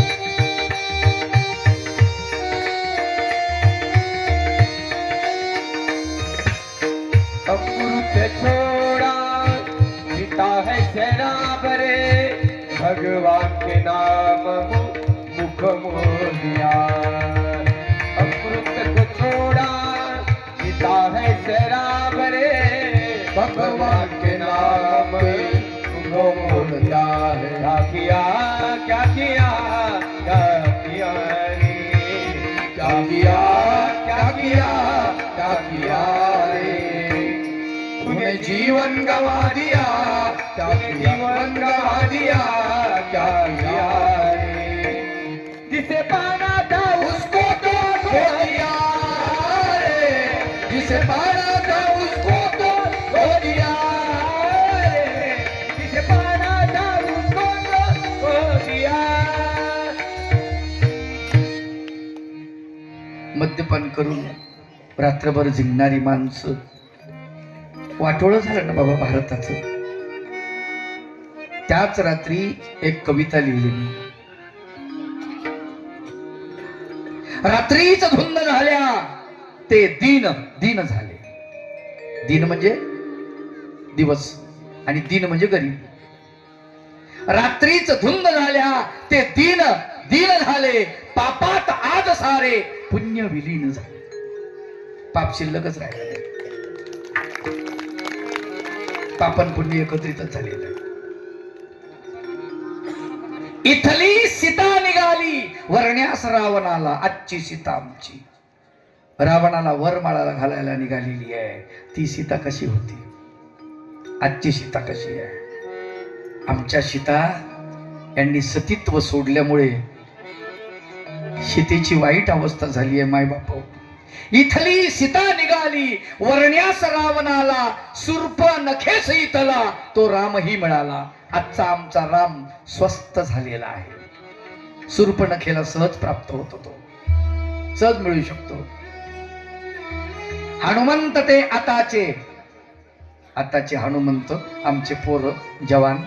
हनुमंत ते आताचे विषयात दंग झाले. पापात आज सारे पुण्य विलीन झाले. कुठे पुण्य? पुण्य कर्माला बोट लागलेला आहे. काळ लागलंय त्याला. मेंदूस सांडोनिया विद्या पीठात गेली. लक्षात आलं? श्लेष. पीठ म्हणजे विद्यापीठ आणि पीठ म्हणजे टाकून द्यायची गोष्ट. मेंदूस सांडोनिया विद्या पीठात गेली. सफेद कावळ्यांची बुद्धी बुटात गेली. विद्वान भारताचे एकेकाळचा आमचा भारत विद्वान अज्ञान रूप झाले. निरक्षर असलेली व्यक्ती या भारतामध्ये मुख्यमंत्री होऊ शकते. यापेक्षा अजून काय दुर्दैव आहे भारताचं? नाही, काय दुर्दैव आहे? विद्वान भारताचे अज्ञान रूप झाले. पापात आज सारे पुण्य विलीन झाले. प्रत्येक बाप इथला धृतराष्ट्राची झाला. प्रत्येक बापाला वाटतं माझ्याच पोराला भेटलं पाहिजे. प्रत्येक बाप इथला धृतराष्ट्राची जहाला शिशुपाळ मत्त झाले. आजचे शिशुपाळ मत्त झाले. त्याच्याबद्दल काही नाही वाटत, पण विदूरही म्हणाला. ज्याला विदूर म्हणतो, ज्याला सज्जन म्हणतो आपण, तो सुद्धा म्हणाला. आज ज्यांना आम्ही धार्मिक म्हणतो, धार्मिक धर्मराजे द्यूतात गुंतलेले, पापात आज सारे पुण्य विलीन झाले. काय शिल्लक आहे? गंगा पवित्र नाही, गंगा पवित्र राहिली नाही, गटार साठलेले. प्यासी अनाथ जनता, पाणीच पेटलेले. इथले जवान सारे मदिरेत धुंद झाले, पापात आज सारे पुण्य विलीन झाले. आहे शिल्लक? पुण्य शोधूनही सापडत नाही. ही अवस्था झालेली आहे भारताची. आम्हाला मोबदला पाहिजे, 1000 पटीनं मोबदला पाहिजे. आम्ही खरं पाहिलं तर सेवा म्हणतात, शिक्षकी पेशा, त्याला सेवा म्हटले. पेशा शब्द आहे, शिक्षकी पेशा सेवा आहे. किती शिक्षक इमानदारीनं शिक्षण देतात विद्यार्थ्यांना, विचार करा. सरकारी शिक्षकाला किती पगार आहे आता? 1 लाख रुपये शिक्षणाच्या नावाला बोंबाबो.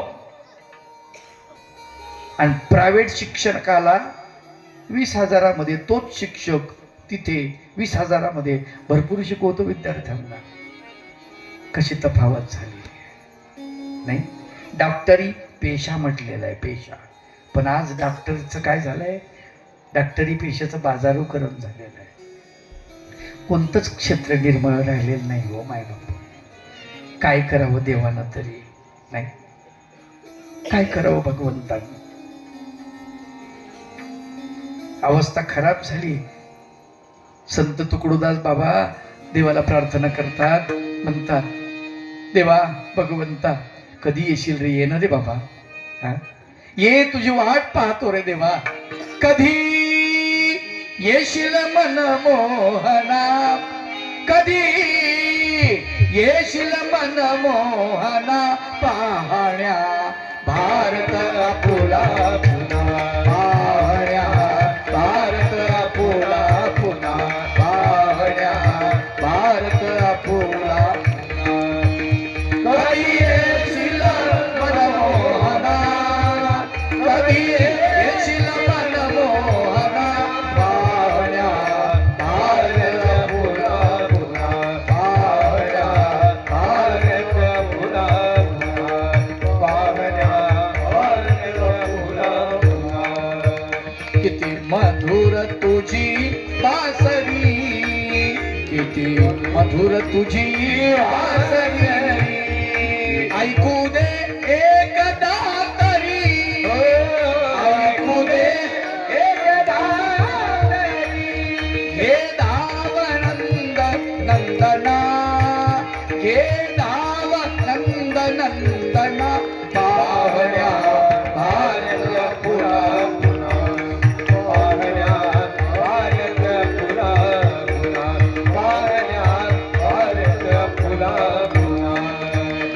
कधी येशील मनमोहना, कधी येशील मनमोहना, पाहण्या भारत पुरा पुन्हा, पाहण्या भारत पुरा पुन्हा, पाहण्या भारत पुरा पुन्हा. भारता ग्रहण लागले, अति गुलाम जन जाहले, तोडण्या येई बंधना. खर तर मला असं तुकडोजी बाबांना असं म्हणावं वाटतं, तुकडोजी बाबा नका बोलवू देवाला, कृपा करून बोलवू नका. का तर भगवंत आल्यानंतर ते म्हणतील माझी द्रौपदी कुठे आहे, माझी कुंती कुठे आहे, माझा धर्म कुठे आहे, माझा अर्जुन कुठे आहे, विदूर कुठे आहे.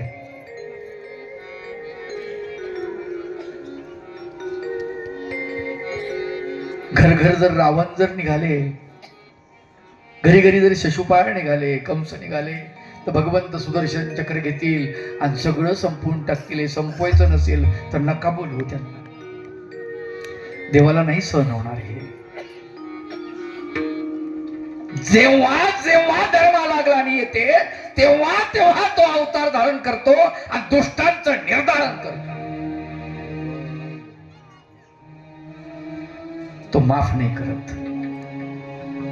मला सांगा, मोबदल्याचा विचार जर केला असता तर शास्त्रज्ञांनी आपलं आयुष्य विज्ञानामध्ये जे खर्च केले आहे ते केलं असतं का? केलं असतं. अब्दुल कलाम मुस्लिम जातीचा माणूस न, काय कमाल आहे. पत्रकारानं विचारलं त्यांना, लग्न काऊन केलं नाही? ते म्हणे आठवणच नाही राहिली. काय कमाल आहे हो. खर तर हा गृहस्थाश्रमातला संन्यासी आहे. राष्ट्रपती भवनातून निघताना या माणसानं फक्त 2 सुटकेशी आपल्या तिकडून आणल्या होत्या बेंगलोरवरून, तेवढ्याच 2 सुटकेशी भरल्या आणि घेऊन चालला. अहो म्हणले, साहेब तुम्हाला पुरस्कार मिळाले, एवढं मोठं 2 ट्रक पुरस्कार आहेत म्हणले. ते म्हणले ते माझे नाही. अहो म्हणले तुम्हालाच भेटले? नाही म्हणे, ते राष्ट्रपतीला भेटले. राष्ट्रपती कलामाचे आहे. आता मी नुसता कलाम आहे, राष्ट्रपती नाही. केवढा निस्वार्थीपणा आहे हा, विचार करा. आपण बगर मोबदल्याचं काम तरी करतो का बरं? नेताजी सुभाषचंद्र बोस, भगतसिंग, राजगुरू, सुखदेव जे फाशीवर गेलेत, हे सगळे क्रांतीवीर. यांनी म्हटलं असतं की आम्हाला काय मिळेल देशासाठी? आम्ही जर फाशीवर जाऊ स्वातंत्र्यासाठी, आम्हाला काय मिळणार? नाही. श्रेय कशावर बोलते मी? श्रेय, मोबदला. तुम्ही मोबदला मागू नका, भगवंत द्यायला तयार आहे. काय मी म्हणतो, अरे तुम्ही मंदिरात जाताना देवाला मागता, मागू नका रे, मागू नका. उभं राहा नुसतं देवाच्या दारामध्ये. देवाचे द्वारी उभा क्षण भरी, तेणे मुक्तीचारी साधी. काहीच मागू नका, देव द्यायला तयार आहे. तुम्ही काय मागता? मला पोरग पाहिजे, मला घर पाहिजे, मला गाडी पाहिजे, बंगला पाहिजे, मला तिकीट पाहिजे, खासदारकीचं मोठी मान मान्यता सन्मान पाहिजे. भगवंत म्हणतो, वेड्या, अरे हे ब्रह्मांड आहे ना, ब्रह्मांड हेच मी तुला देण्याच्या तयारीत आहे. काय? अख्खं ब्रह्मांड तुझ्या पदरात टाकायची माझी इच्छा आहे. सूत्रपाठ नावाच्या ग्रंथामध्ये एक सुंदर वाक्य आलेलं आहे, सूत्र आलेलं आहे. उद्धरण नावाचं प्रकरण आहे, त्याच्यामध्ये आलेलं आहे. गोड सूत्र आहे माय बापो, लक्षात ठेवा. काय म्हणतात चक्रधर भगवंत? माया कृपा व्यतिरिक्त परमेश्वर दयासी सकळा ही शक्ती दाना करीती. माया आणि कृपा 2 सोडून भगवंत त्याला सगळंच देतात. केवढा मोठा करतात. काय काय द्यायला तयार आहे भगवंत. आपण मागतो काय? मागताच येत नाही आपल्याला, मागता येत नाही. आलं का लक्षात? पण मागूच नका. आपल्याला मागता येत नाही ना, मागूच नका. देवाला द्यायचं, बरोबर देणार. श्रेय, मोबदला भेटणार. मोबदला, सुख, श्रेय. आणि तिसरी गोष्ट ज्ञान. परमेश्वर परायणाचे संबंधे सुख, श्रेय. आणि तिसरी गोष्ट काय मिळेल? ज्ञान. कशाचं ज्ञान?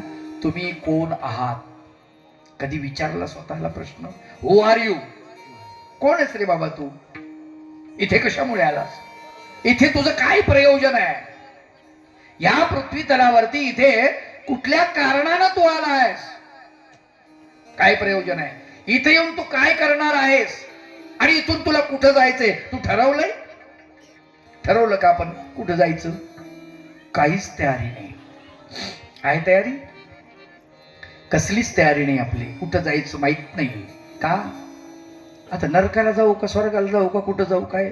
आता लोक पत्रिकेतले येतात ना, कैलासवासी, स्वर्गवासी, वैकुंठवासी. आता मला सांगा नेमकं ते कुठं गेलं आपल्याला माहित असतं का? काय असेल ते माहित असतं नसतं. आपल्याला माहित नाही म्हणून आपण अंदाजाने लिहून टाकतो. ते नेमकं कुठं गेलंय काही भरोसा आहे त्याचा? काहीच भरोसा नाही आहे. आलं का लक्षात? नरकवासी झालं का काय झालं तेही माहित नाही आपल्याला. पताच कुठं जायचं हे सुद्धा आपल्याला माहित नाही. ठरवलेलं नाही, ठरवावं लागतं. ठरवावं लागतं, ज्ञान मिळवावं लागतं. आलं का लक्षात? भगवान गोपाल कृष्ण म्हणतात, ज्ञानासारखी पवित्र वस्तू जगामध्ये कोणतीच नाही. न हि ज्ञानेन सदृशम पवित्र मिह विद्यते. ज्ञानासारखी पवित्र वस्तू कुठलीच नाही. आणि ती पवित्र वस्तू तुम्हाला प्राप्त होते. कशी प्राप्त होते? तुम्ही कोण आहात याची तुम्हाला जाणीव होते. याला ज्ञान म्हटलंय. तुम्ही कोण, मी कोण आहे हे कळतं आपल्याला, नाही का? आपली मी जीवात्मा आहे. मी कोण आहे? जीवात्मा. ही जाणीव होते माणसाला. कुठे आलो? प्रपंचात आलो, देह रूपानं थांबलो, ही जाणीव होते. हा देह हे प्रपंचच आहे, हे का? हे कळतं. हा देह म्हणजे मी नाही. हा देह नासिवंत मलमूत्राचा बाधा. हा देह नासिवंत मलमूत्राचा बाधा. वनी चर्म घातिले रे कृमी कीटकाचा सांधा.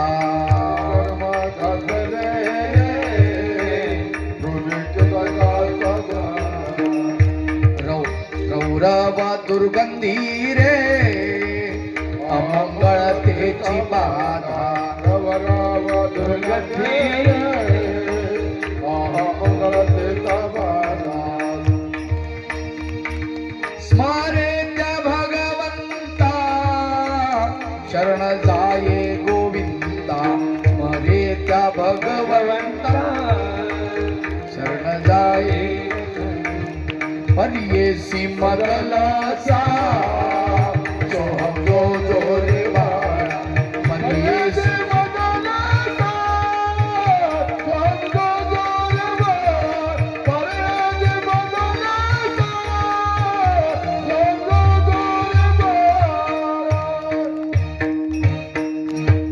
सर्व संभावना तुझ्यामध्ये आहेत माणसा.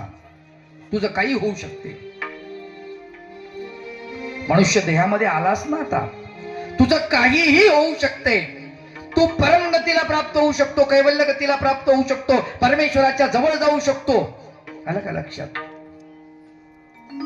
तू चैतन्य फळाच्या मोक्षापर्यंत जाऊ शकतो. तू स्वर्गात जाऊ शकतो, तू नरकात जाऊ शकतो, पुन्हा मनुष्य जन्मामध्ये सुद्धा येऊ शकतो. तुझ्यावर अवलंबून आहे. कोणावर अवलंबून आहे? तुझ्यावर. पण ते ज्ञान तुला झालं पाहिजे. आणि ते ज्ञान आम्हाला झालं. आता गंमत असते मोठी.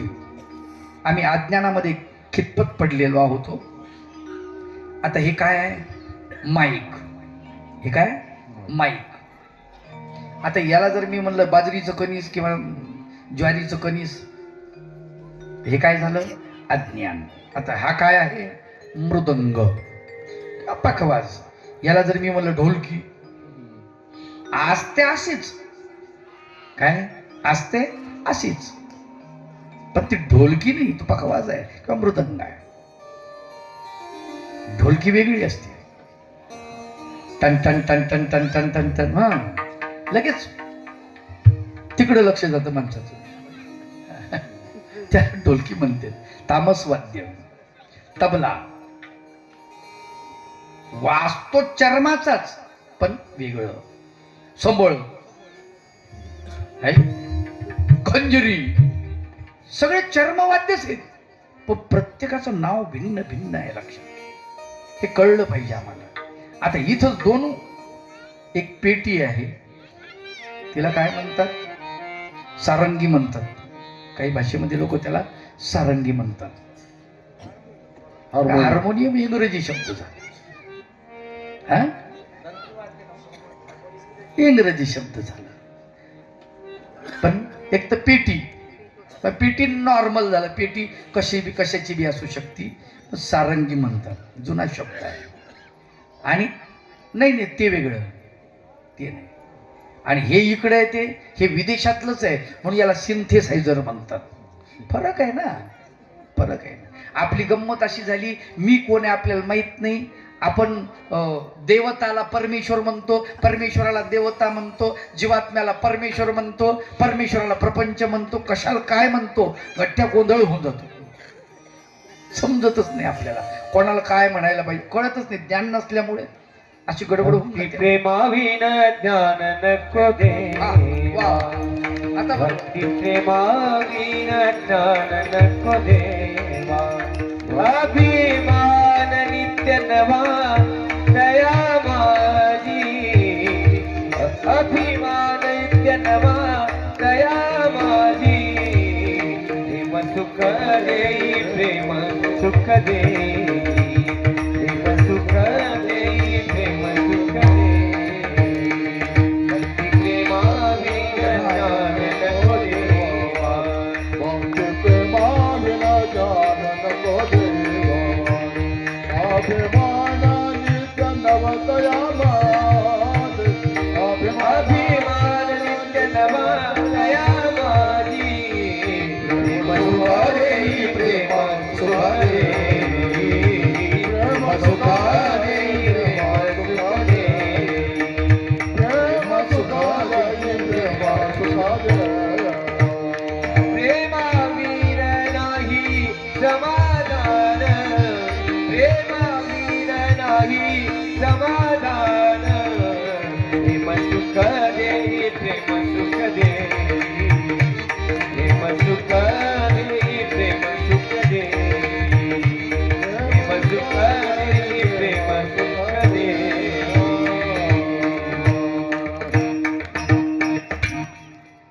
प्रेम नुसतं आंधळ असतं. संत भक्ती प्रेमाविन ज्ञान नको देवा म्हणतात. भक्ती दे, प्रेम दे, त्याच्यामध्ये त्या ज्ञानामध्ये भक्ती असावी, प्रेम असावं, असं त्रिविध युक्त मला ज्ञान दे. ज्ञान जरूर पाहिजे, पण नुसतं मोकळं कोरडं ज्ञान नको, त्याच्यामध्ये भक्ती असावी आणि प्रेमही असावं, असं ज्ञान मला दे. ज्ञान नको असं म्हणत नाहीत संत. भक्ती प्रेमाविन ज्ञान नको देवा. नुसतं ज्ञान नको देऊ, रिकाम कोरडं ते नको देऊ. का? अभिमान नित्य नवा तया माझी. त्या ज्ञानामध्ये अभिमान येतो, म्हणून भक्ती आणि प्रेम त्याच्यात असावं, हा त्याचा अर्थ. पण जोपर्यंत आपल्याला कळत नाही, भक्ती हा पुढचा टप्पा आहे, प्रेम पुढचा टप्पा आहे, ज्ञान अलीकडचा टप्पा आहे. ज्ञान भक्तीपेक्षा लहान आहे, छोट आहे, प्रेमापेक्षा लहान आहे ज्ञान. ज्ञानात ध्यानम विशिष्यते. ज्ञानापेक्षा ध्यान हे महत्वाचं. ध्यान हे भक्ती आहे आणि ज्ञान म्हणजे कळणं. कळलं पाहिजे तुम्हाला तुम्ही कोण आहात. जसं उदाहरणार्थ तुम्हाला देवाची भक्ती करायची, देव कळला पाहिजे, मग त्या देवाचं ज्ञान पाहिजे, नाही का? कशी करावी भक्ती याचं ज्ञान पाहिजे. संगत कुणाची करावी भक्ती करताना, नाही, याचं ज्ञान पाहिजे. कशी करावी याचं ज्ञान पाहिजे. म्हणजे अनेक गोष्टीचं ज्ञान आहे आणि त्या ज्ञानाशिवाय आपला उद्धार नाही. भक्तीशिवाय तर नाहीच, भक्ती पुढचा टप्पा आहे, पण ज्ञानाशिवाय. अभिमान नित्य नवा तया माझे. प्रेम सुख देई, प्रेम सुख देई, प्रेमाविन नाही समाधान. कोरडं ज्ञान काही कामाचं नाही, त्याच्यात अहंकार येतो, म्हणून ते ज्ञान आपल्याला नको, असं संत मागणी करतात. भगवान चक्रधर प्रभू सांगतात की परमेश्वर परायण जे आहेत त्यांची संगत धरल्यानंतर तुम्हाला काय मिळते? सर्वात अगोदर सुख. काय मिळते? सुख. दुसरी गोष्ट श्रेय म्हणजे समाधान, मोबदला, समाधान तुम्हाला मिळतं. दोन गोष्टी झाल्या. तिसरी गोष्ट म्हणजे ज्ञान. ज्या ज्ञानामुळे तुम्ही परमगतीला प्राप्त होऊ शकता, कर्म करून, भक्तिरूप कर्म करून परमगतीला प्राप्त होऊ शकता, असं ज्ञान तुम्हाला मिळते. ही महत्वाची ही उपलब्धी आहे. असं सुंदर असं सूत्र सर्वज्ञ श्री चक्रधर प्रभू हिवरणी नावाचं गाव म्हणजे आजचं जालना, इथे भगवंतांनी महादाईसा नावाच्या भक्तबाईला उद्देशून निरूपण केलेलं आहे. आपला वेळ संपला. उठून उभं राहा, आरती होईल.